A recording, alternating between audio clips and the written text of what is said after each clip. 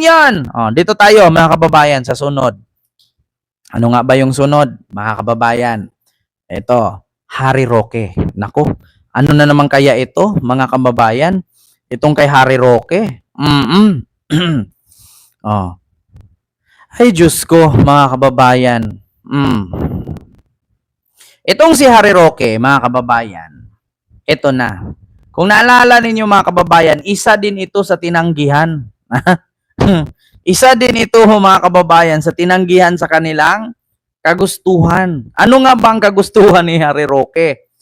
Yung mag-asylum sa Netherlands.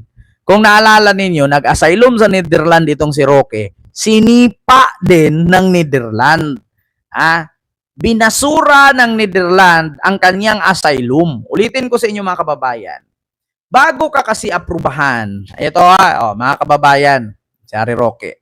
Bago ka kasi aprubahan sa iyong hinahanap-hanap, mga kababayan, na asylum, ay syempre i-check ka. Tanungin ko kayo, mga kababayan.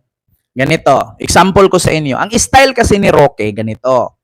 Halimbawa si Roque nag-apply sa Jollibee. Dati siyang worker sa Mang Inasal. 'Di ba, mga kababayan?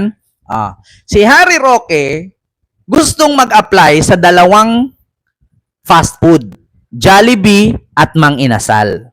Ngayon, galing si Roque sa Mang Inasal. Gustong pumasok sa Jollibee. 'Di ba? Ngayon, alam naman natin na ang Mang Inasal ay isa din sa miyembro ng Double Dragon, na which is iisa lang ang kumpanya niyan. Ken, kanina pa ako nagtatry magpalipad pero ayaw pumasok. Hayaan mo na, Tita Sepsi. I-remitly mo na lang. Tita Sepsi, remitly mo na lang. Ito yan. Si Harry Roque gustong mag-apply sa Jollibee na dati siyang worker sa Mang Inasal. Alam naman natin na ang kumpanya ng Jollibee at Mang Inasal ay isa lang. Jollibee, Mang Inasal, Chowking, Max, at Greenwich. Yung lima na yan, pati Red Ribbon, pang-anim, iisa lang ang may-ari dyan. Ang may-ari ng Jollibee. Ulitin ko sa inyo, Mang Inasal, Chowking, Max, Greenwich, Red Ribbon, isa lang. Correct me if I'm wrong sa Red Ribbon, isa lang may-ari niyan. Ngayon, si Harry Roque, galing sa Mang Inasal, gustong mag-Jollibee.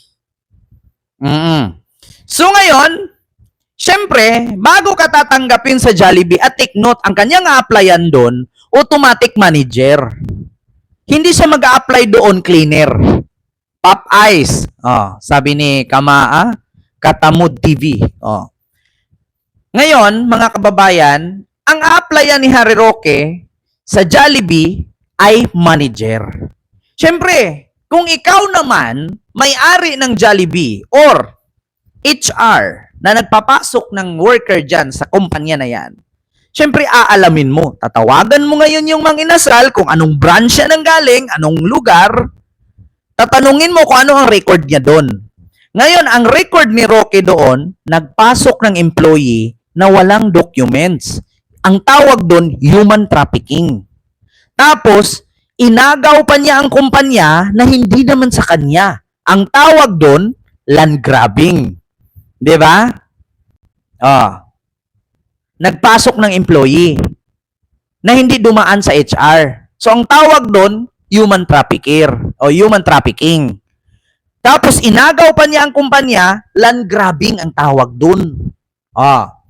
Tapos, nung nalaman ito ng HR ng Jollibee, hello, Mang Inasal, Roque po ito, nag-a-apply, maging manager ng Jollibee. Ano bang record niya dyan? Land grabbing po, ma'am. Human trafficking po, ma'am. Huwag nyo na tanggapin sa Jollibee yan. Bakit? Cancel. Thank you. Thank you. So, thank you na. Kaya, tinanggihan siya ngayon sa Belgium. Sa Netherlands. Bakit? Ang Netherlands, tumatawag ngayon sa Embahada ng Pilipinas. Hello, Philippines. Gusto nyo ba ng missile? Ay, hindi po. Sa Amerika kami aangkat. Bakit? Mahal kasi dyan sa Europe. Kilala nyo ba itong pangalang Roque na isang bakla na tumitili, nakakita kay nakakita kay Ronnie Liang, tapos pinapataplis-taplis niya. Ay, opo, kilala namin. Malakas ba ito kumain? Yan yung sumasayaw sa kampanya na Harry Roque, tas basa ang bayag. Oo, yung pawis niya, hindi namin alam kung pawis ba ito o ihi na. Yan yun. Kilala namin yan. Yan, si Harry Roque yan. Yan yung sumasayaw na Harry Roque. Harry Roque. Tapos basa ang bayag. Kilala namin yan. Land grabber yan. Human trafficker yan. Yan yung nagpasok sa pugo.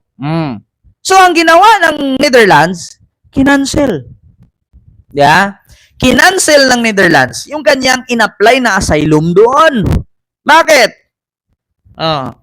Land grabber, human trafficker, sinipa yan, bakla yan, siniraan presidente namin yan, tapos gumawa ng video, pulburon video, tapos yung damit sa kanya. Kasi si Roque lang naman nagsuot ng may kwelyo na polo na green, tapos pinalit ulo ni PBBM, tapos sumandal sa bintana, tapos ganon, si Roque yun, nakakwelyo. Kailan ba kayo nakakita kay PBBM nagkwelyo kulay green pa ang damit? Mahilig si PBBM, pula lang naman. Pula, puti, gray. So, yun po ang katotohanan. Kaya kinancel ang kanyang asylum sa Netherlands. Pangalawa, nag-apply ito ng asylum sa Germany. Nung pagdating sa Germany, syempre, inalam na naman ng Germany. Kilala nyo ba si Harry Roque, embahada ng Pilipinas? Hindi po. Kilala namin isang bakla na Barney na sumasayaw, basa ang bayag. Hindi namin alam kung pawis ba ito o naihina. Land grabber po yan. Human trafficker po yan. Ayun, hindi na naman tinanggap sa Germany. Kaya ang ginawa, habang in-interview, nag-collapse. Natumba. Nung in-interview siya, namumod ang mukha niya, nakita niya. Hindi tinanggap sa Netherlands, hindi tinanggap sa Germany, nag-collapse.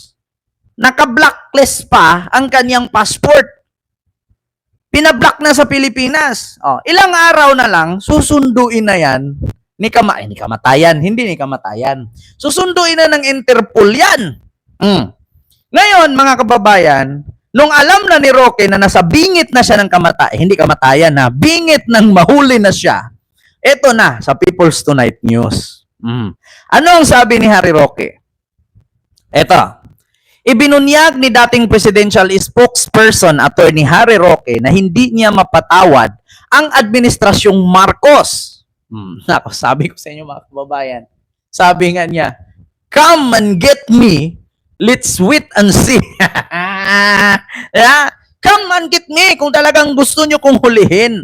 Come and get me. Sumagot ang palasyo. Wait and see na lang. Hintayin natin. Tignan natin. Magantay tayo kung anong desisyon. According nga sa DOJ, wait and see. So sabi niya dito, ibinunyag ni dating presidential spokesperson Attorney Harry Roque na hindi niya mapapatawad ang Marcos administration sa naging hakbang nito sa nagdulot ng pagkawalay niya sa kanyang pamilya. Kung pinapauwi ka nga sinisi niya ngayon at hindi daw niya mapatawad ang Marcos administration dahil nailayo siya sa kanyang pamilya. Sino ba ang lumayo? Siya lang naman ang lumayas. Ba't ayaw niya umuwi? Pinapauwi nga siya ng Pilipinas. Umuwi ka, harapin mo ang kaso mo. Ngayon, ba't sisihin mo at hindi mo mapapatawad si PBBM? Huwag mong sisihin si Marcos. Sisihin mo yung sarili mo kasi pumapayat ka na dyan. Wala ka ng aruga. Para kang asong gala, para kang yagit. Ikaw lang naman ang lumayo. Siya ang lumayas, di ba, Ma'am Biyabeng? Siya naman ang lumayo Tapos sisihin mo ngayon si PBBM, hindi mo mapapatawad. Ikwinento ni Roque na unang beses siyang nagdiwang ng Pasko at Bagong Taon na hindi kasama ang kanyang mga anak. Paano mo ba naman makakasama ang iyong mga anak kung nagtatago ka nga? Kahit naman hindi mo kasama asawa at anak mo, kung kasama mo naman si ER Serna, tuwang-tuwa ka, kinikilig ka pa nga taga-inject nga yun, di ba? Tita Sepsi, nakita ko na yung ano mo, Tita Sepsi, message mo dito. Di ba? Sunod, ikwinento ni Roque na unang beses siyang nagdiwang ng Pasko at Bagong Taon na hindi kasama ang kanyang mga anak. Sinabi ni Roque na iyon ang itinuturing nilang pinakamalungkot na holiday season sa kanilang mga buhay. Pag sure that Roque, may kilala pa naman akong ganitong kwento na kapag parang may mga emosyon, mamamatay na tong ganito. Yung mga nagkikwento na, parang namimiss ko yung pamilya ko, yung mga kaibigan ko dyan, kumusta na kayo, yung mga kaaway ko, mamahalin ko yan. Nagpapahiwatig po yan na mamamatay ng isang tao. Ganun yun. Hindi nyo napansin, mga kababayan? Tandaan ninyo si Duterte. Sunod bisita ni Sara dyan at sasabihin niya ni Sara sa media, sabi ng aking papa, lahat daw ng mga kumalaban sa kanya ay napatawad na niya. Mamamatay na yan, ganyan, no? Ganyang mga salitaan. Yung mga nagpapaalam kang buhay ka pa, mamamatay yan. O ganitong mga statement, Roque, nagpapahiwatig na mamamatay ka na. Oo, yung mga ganito, naalala mo yung mga nakaraan mo, paano ka na virginan, sino yung kasama mo, nakalandian. Antayin natin na darating ang panahon, antayin natin na dumating ang panahon na pag punta ni Sara sa dahig, sasabihin niya, nanawagan po ang aking tatay, ang sabi niya sa kanyang mga kaibigan sa politika, at yung mga kaaway niya sa politika, napatawad na niya kayo. O, nagpapahiwatig na. Yung ganito, nagpapahiwatig na, ibig sabihin, mamamatay na siya. Yung mga ganito. Kaya sabi ni Roque, I will never forgive this administration for what they did to me and my family. Yung mga ganito, nag-mesmerize. Alam mo yung mesmerizing the past? Di ba? May mga kanta yan. I don't care about the past. Forgive and to forget. Mga kababayan, yung mga ganito, mga nag-mesmerize, nagpapahiwatig to na mamamatay na siya. Roque, sabihin mo naman para mapadalan ka ni Marlica dyan ng kabaong. Wala ka pa namang sizes. Sabihin mo kay Marlica, mag-iwan ka na dyan kahit mga 300,000 pesos. Pangkrimit. Ang bigat-bigat mong hayop ka. Tapos si Marlica papagurin mo, maghanap ng kabaong mo, kabigat-bigat ng katawan mong hayop ka. Yeah, ito yung I will never forget the past, to forgive and to forget.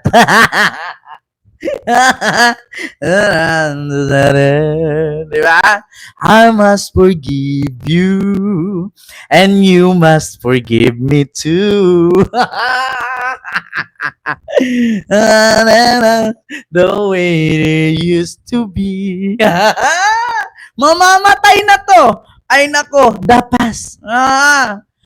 Nako mga kababayan, nagpapahiwatig, I will never forgive this administration for what they did to me and my family. Nako, mamamatay na nga to si Roque, mga kababayan. I don't care about the past. Forgive and to forget.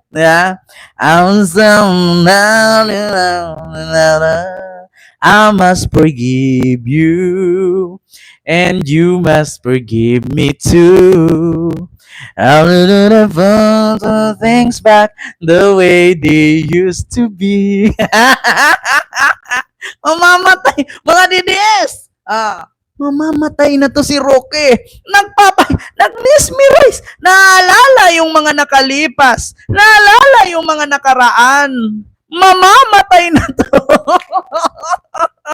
My God, mga kababayan. Mamamatay na to. Kaya, pasensya na kayo mga kababayan, hindi ko memorize yung kanta. Bakit? Hindi naman ako singer. Naalala ko lang, the past. So ito na mga kababayan, si Harry Roque mismo nagsabi, hindi daw niya mapapatawad ang administrasyong Marcos dahil sa ginawa ni PBBM sa kanya at sa kanyang pamilya. Harry Roque, condolence. Putang ina. Ay, sorry. Mamamatay na pala. Nag-mesmerize pa ang puta. Mamamatay ka na nga lang, nagdradrama ka pa. Tangina mo.